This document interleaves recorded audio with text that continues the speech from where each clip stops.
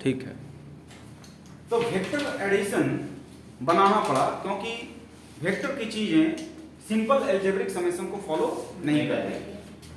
तो वेक्टर को जोड़ने के लिए नियम बना और उसको कैसे जोड़ा गया देखिए कि अगर हमारे पास एक फोर्स है 4 न्यूटन का और एक फोर्स है 3 न्यूटन का, तो हम लोग इसको F1 बोलेंगे, ठीक है। और F1 के ऊपर अगर ऐसे एरो दे दिए तो हमको लिखना पड़ेगा 4 न्यूटन प्लस राइट वर्ड। अगर इसके ऊपर एरो दे दिए ना, इसका मतलब है कि डायरेक्शन दिखाना पड़ेगा। और वेक्टर को रिप्रेजेंट करने का तरीका यही होता है कि उसके ऊपर क्या दे दीजिएगा, एरो दे दीजिए। और ये जो है इसका मैग्नीट्यूड है, इसको क्या बोलेंगे हम लोग,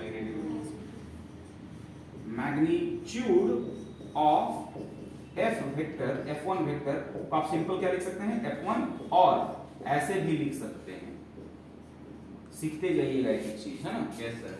मैग्नीट्यूड ऑफ F1 वेक्टर को सिंपल आप F1 लिख दीजिए, या ये दोनों जो आपने डंडे अपने डाले हैं ना, इसको बोलते हैं मॉडुलस। क्या बोलते हैं, मॉड्यूलस। ये मॉडुलस कहलाता है, या फिर इसको शॉर्ट में हम लोग मॉड कहते हैं। क्या कहते हैं, मॉड। मॉड का सिंबल क्या होता है, दो वर्टिकल लाइन। अरे बस, यस सर। अगर आपसे कोई पूछे कि इसका मैग्नीट्यूड कितना है तो 4 न्यूटन, और डायरेक्शन कैसे पता चल रहा है आपको, ये फिगर देखकर, ठीक है। ये F2 है हमारा, तो F2 3 न्यूटन लिखिएगा तो चलेगा, लेकिन अगर आप F2 वेक्टर लिख दीजिएगा तो आपको लिखना होगा 3 न्यूटन अपवर्ड। आप ऐसे नहीं लिखिएगा तो गलत हो जाएगा। आप ऐसे ऊपर एरो दे दिए, कहने का मतलब है इसमें मैग्नीट्यूड और डायरेक्शन दोनों दिखाना पड़ेगा। Yes sir. इसकी जो नेचर है वो तो वेक्टर ही है, नो डाउट, लेकिन अगर ऊपर एरो दे दिए तो आपको डायरेक्शन भी लिखना पड़ेगा। और केवल चाहते हैं कि इसका मैग्नीट्यूड लिखें तो आप इतना लिख सकते हैं, F2 या फिर मॉड्यूल, ठीक है ना, या फिर आप इतना भी लिख सकते हैं, ओके। Yes sir.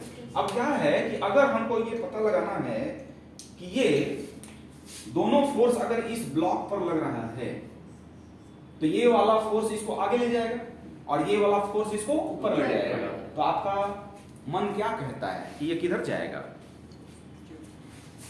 ये वाला फोर्स इसको इधर ले जाएगा और ये वाला फोर्स इसको इधर ले जाएगा। तो आपका दिमाग क्या कहता है कि ये किधर जाएगा। देखिए, एक आदमी फोर्स इधर लगा रहा है, ये ब्लॉक है, टेबल पर रखा हुआ है, ये एक ब्लॉक है जो टेबल पर रखा हुआ है, तो ये इधर भी जाएगा और इधर भी जाएगा, तो किधर लगता है जाएगा, ये कुछ ऐसे जा सकता है। Yes sir. अरे बस, जिधर जाएगा मतलब ये हुआ कि दोनों का रिजल्टेंट इधर ही होगा। Yes sir. दोनों मिलके फाइनल जो फोर्स लगा रहे हैं वो किधर लगा रहे हैं, इधर लगा रहे हैं। Yes sir. क्योंकि अगर ये इधर चला, इसके और इसके फोर्स लगने के कारण ये फाइनली किधर चल रहा है, इधर चल रहा है। Yes, sir. इसका मतलब क्या है कि ये दोनों मिलके किधर टोटल फोर्स लगा है, इस डायरेक्शन। Yes sir. तो ये डायरेक्शन ये वाला होगा कि ये वाला होगा कि ये वाला होगा, ये कैसे पता चलेगा, इधर तो जाएगा लेकिन सही में कैसे पता चलेगा। तो उसके लिए बना parallelogram law of vector addition. क्या बना, parallelogram method of vector addition. Vector addition. इसमें हम लोग करते क्या हैं कि जो हमारे पास दो वेक्टर्स हैं, यानी कि F1 and F2, there are 2 vectors, इसको हम लोग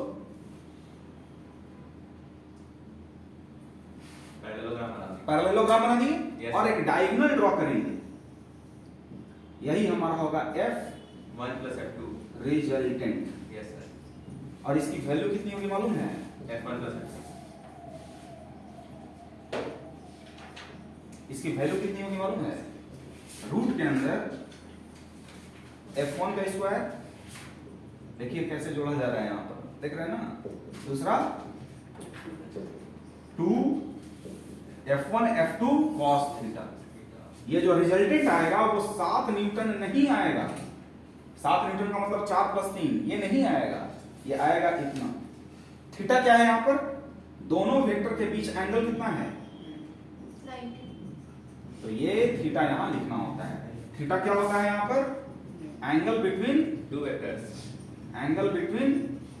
टू वेक्टर्स। अब देखिए ये कितना आएगा जोड़ के। आपके जीवन में नया चीज है ना ये, आप लोग दोनों के लिए जीवन में नया चीज है, तो ये नया चीज है तो इसको सीखिए और क्लास मिस मत करिएगा, नहीं तो f1 का स्क्वायर तो 4 का स्क्वायर हो गया, f2 का स्क्वायर तो कितना हो जाएगा? 2 into 4 into 3 cos 90 degree. cos 90 degree का वैल्यू कितना होता है?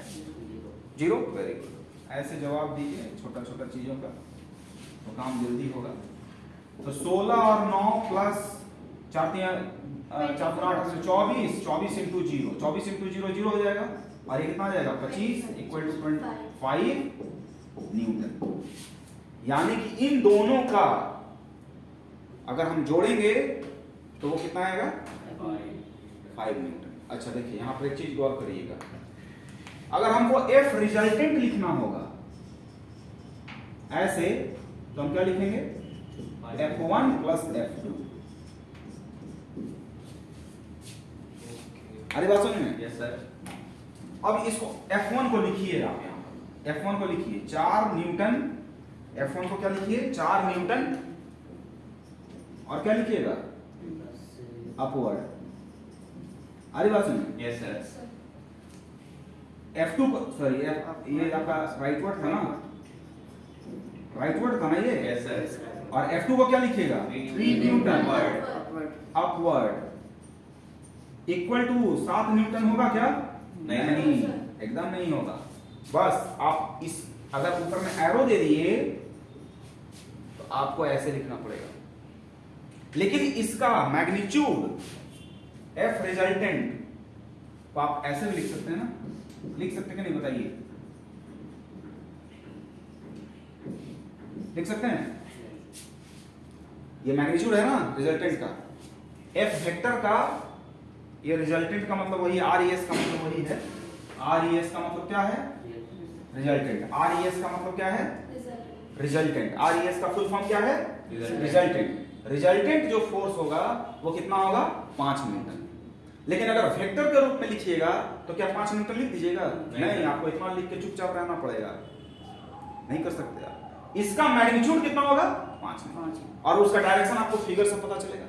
इसका डायरेक्शन किधर होगा? इधर की ओर होगा। अरे बात सुनिए, तो सर स्पेसिफिकली डायरेक्शन नहीं लिख सकते, ऐसे डायग्राम देख करके पता चलेगा। हाँ डायग्राम देख के पता चलेगा, डायग्राम देख के ही पता चलेगा कि डायरेक्शन क्या है। ठीक है, चलिए नोट करिए इतना। मतलब जब हम लोग को F रिजल्टेंट का वैल्यू मतलब दिखाना होगा रिप्रेजेंटेशन में तो हम लोग उसको F1 प्लस F2 लिखेंगे, लेकिन जब